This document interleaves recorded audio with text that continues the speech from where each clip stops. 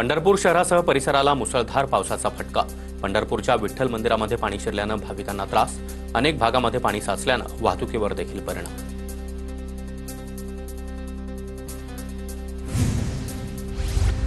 बीड शहरामध्ये जोरदार पाऊस। नाल्यातील पाणी रस्त्यावर आल्यानं वाहतूक कोंडी। दुपारनंतर शहरामध्ये मुसळधार पाऊस बरसला। लातूरच्या शिरूर अनंतपाळ ते उदगीरला जोडणाऱ्या रस्त्यावरील पर्यायी पूल वाहून गेला। रस्त्यावरील वाहतूक पूर्णपणे ठप्प। 15 गावांचा संपर्क तुटला। पालघरमध्ये विजेच्या लपंडावामुळे सीएनजी पंपाबाहेर वाहनांच्या रांगा। मुंबई अहमदाबाद महामार्गावर वाहन चालकांचा खोळंबा। सतत वीज पुरवठा खंडित होत असल्यानं खोळंबा। अवकाळी पावसामुळे शेतकऱ्यांचं अतोनात नुकसान। बारामतीमधील शेतकऱ्यांनी नुकसान भरपाई देण्याची मागणी सरकारकडे केली।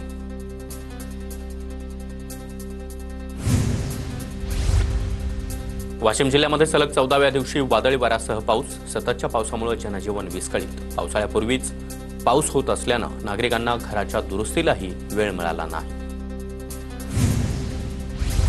अहिल्यानगर शहरामध्ये जिल्ह्यामध्ये सर्वदूर रिमझिम पाऊस। 24 तासामध्ये 5.2 मिलीमीटर पावसाची नोंद। फळबागांचं नुकसान तर रोगराई पसरण्याची देखील भीती। कोकणातील पर्यटन व्यवसायाला पावसामुळे ब्रेक लागला। पर्यटक आणि स्थानिक व्यावसायिकांचं नुकसान। सिंधुदुर्ग जिल्ह्यावर जाणारी होडीची वाहतूक देखील बंद। सातारा जिल्ह्यामध्ये 5 दिवसांपासून मुसळधार पाऊस सुरूच। पावसामुळे शेतांमध्ये पाणी साचलं। पेरणीपूर्व मशागती करण्यासाठी शेतकऱ्यांना अडचण होणार।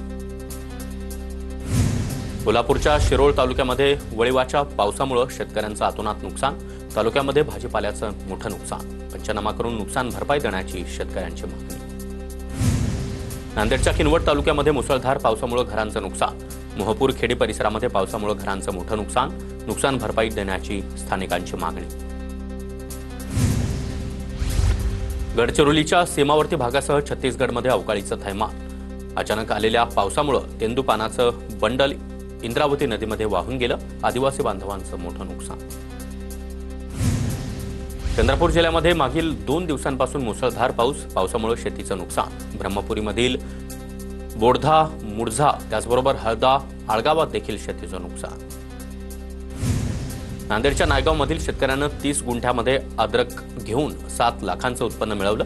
तेलंगणा राज्यामध्ये अद्रक विक्री करून शेतकऱ्यांना भरघोस उत्पन्न। पुण्याच्या बारामतीमध्ये मुसळधार पाऊस। पावसामुळे ओढे चाऱ्या त्याचबरोबर बंधारे देखील ओसंडून वाहू लागले। इंदापूर पुरंदर तालुक्यामध्ये मागील 5 दिवसांपासून पाऊस बरसतोय। नांदेडच्या देगलूर शहरामध्ये मुसळधार पाऊस। शहरामधील रस्ते जलमय। सखल भागामध्ये त्याचबरोबर घरांमध्ये देखील पाणी साचलं। भंडाऱ्यामध्ये गेल्या 2 ते 3 दिवसांपासून ढगाळ वातावरणामुळे धान कापणी रखडली। धान उत्पादक शेतकरी चिंताग्रस्त। सातारा जिल्ह्यामध्ये पडलेल्या मुसळधार पावसामुळे जनजीवन विस्कळीत। सकाळपासून पावसानं उघडीप दिल्यानं काहीसा दिलासा, तर नदी नाल्यांची पाणी पातळी खालावली। कोल्हापूर शहरासह जिल्ह्यामध्ये सर्वदूर पावसाची हजेरी। जोरदार पावसामुळे पंचगंगेसह इतर नद्यांच्या पाणी पातळीमध्ये वाढ। राजाराम बंधारा देखील पाण्याखाली। नांदेडच्या किनवटमध्ये बोगस खत विकणाऱ्या टोळीचा पर्दाफाश। टोळीकडून 14.5 लाखांचं बनावट खत पोलिसांनी जप्त केलं। नाशिक जिल्ह्यातील शेतकऱ्यांची फसवणूक टाळण्यासाठी 16 भरारी पथकं तैनात। खरीप हंगामामध्ये बोगस खतं आणि बियाण्यांची विक्री रोखण्यासाठी पथकं तैनात। बुलढाण्यात देखील बनावट बियाणं पकडण्यासाठी कृषी विभागाकडून 14 भरारी पथकांची नियुक्ती। शेतकऱ्यांची फसवणूक टाळण्यासाठी कृषी खात्याकडून खबरदारी। जिल्ह्यामध्ये 14 नियंत्रण कक्ष देखील उभारण्यात आले। सांगलीमध्ये गुंगीचं औषध पाजून वैद्यकीय शिक्षण घेणाऱ्या तरुणीवर सामूहिक अत्याचार। विश्रामबाग पोलिसांकडून 3 संशयित आरोपींना अटक।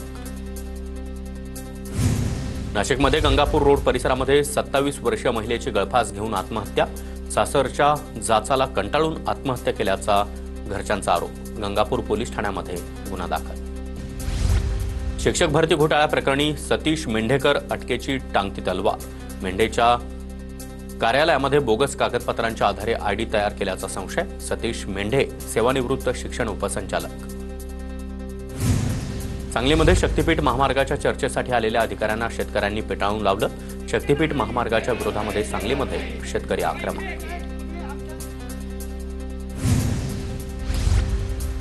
बुलढाण्याच्या मलकापूरमध्ये वाहनामधून 1,97,00,000ची रोकड जप्त. बुलढाणा पोलिसांची कारवाई. गोपनीय माहितीच्या आधारे कारवाई केल्याची माहिती. साताऱ्याच्या कराडमधील शामगावात शेतीच्या पाण्याच्या सर्वेक्षणासाठी मंजुरी. कॅबिनेटकडून 59,71,000च्या खर्चाला मंजुरी. आमदार मनोज घोरपडे यांच्या प्रयत्नांना यश. चंद्रपूरमध्ये 13 वर्षाच्या मुलीवर अत्याचार करणाऱ्या गुन्हेगाराला 20 वर्षांची शिक्षा, तर साथीदार महिलेला 5 वर्षांचा कारावास. विशाल नळे असं शिक्षा झालेल्या गुन्हेगाराचं नाव. जालन्यामधील चौधरी नगरमध्ये भरदिवसा घरफोडी. 10,000च्या रोख रकमेसह 3 तोळे सोन्याचे दागिने लंपास. गुन्हा दाखल. चोरट्यांचा शोध सुरू. कोल्हापूरच्या इचलकरंजीमधील स्क्रॅप दुकानामध्ये चोरी. कर्नाटकची कॉपर धातू चोरणारी टोळी चेरबंद. 225 किलो कॉपर आणि 4 चाकी वाहन असा एकूण 3,30,000चा मुद्देमाल जप्त. पहिल्याच पावसामध्ये चिपळूणच्या परशुराम घाटामधील कामाला फटका. परशुराम घाटामध्ये सुरक्षेच्या दृष्टीनं सुरू असलेलं काम ठप्प. 2 दिवसांपासून सुरू आहे मुसळधार पाऊस.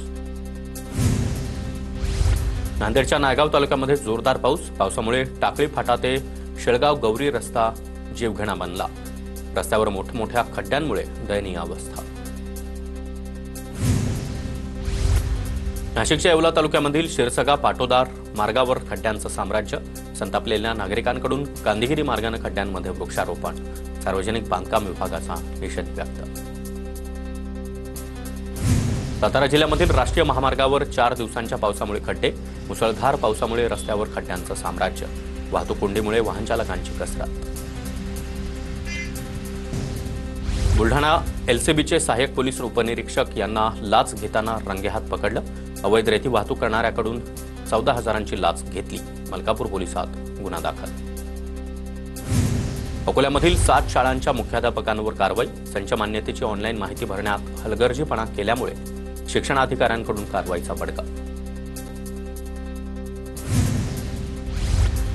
नाशिकच्या मालेगावातील 6 शाळांच्या 74 तुकड्यांना बनावट जीआरनं मान्यता दिल्याचं समोर. मालेगाव कार्यक्षेत्रामधील 5 तर निफाडमधील 1 अशा 6 शाळेच्या तुकड्यांची मान्यता रद्द. पुण्यामध्ये तब्बल 4 लाखाचे हरवलेले महागडे मोबाईल पोलिसांनी नागरिकांच्या स्वाधीन केले. नांदेड सिटी पोलिसांच्या सायबर पथकानं सायबर फ्रॉडमधील 92,200 रुपये नागरिकांना मिळवून दिले. रत्नागिरी जिल्ह्यामधील 11 गावातील वीज पुरवठा खंडित. मान्सूनपूर्व पावसामुळे महावितरणची यंत्रणा कोलमडली. वीज पुरवठा खंडित झाल्यानं 4,376 ग्राहक अंधारात. परभणीच्या सोनपेठमध्ये बिबट्याचा वावर. सोनपेठ परिसरामध्ये भीतीचं वातावरण. वनविभागाकडून परिसराची पाहणी. नागरिकांना काळजी घेण्याचं आवाहन. डोंबिवलीमधील प्रसिद्ध सावित्रीबाई फुले नाट्यगृह बंद. शुक्रवारी दुपारी सिलिंगमधील पीओपीचा भाग खाली कोसळल्यानं नाट्यगृह बंद करण्यात आलं. दुरुस्तीचं काम होईपर्यंत नाट्यगृह बंदच राहणार.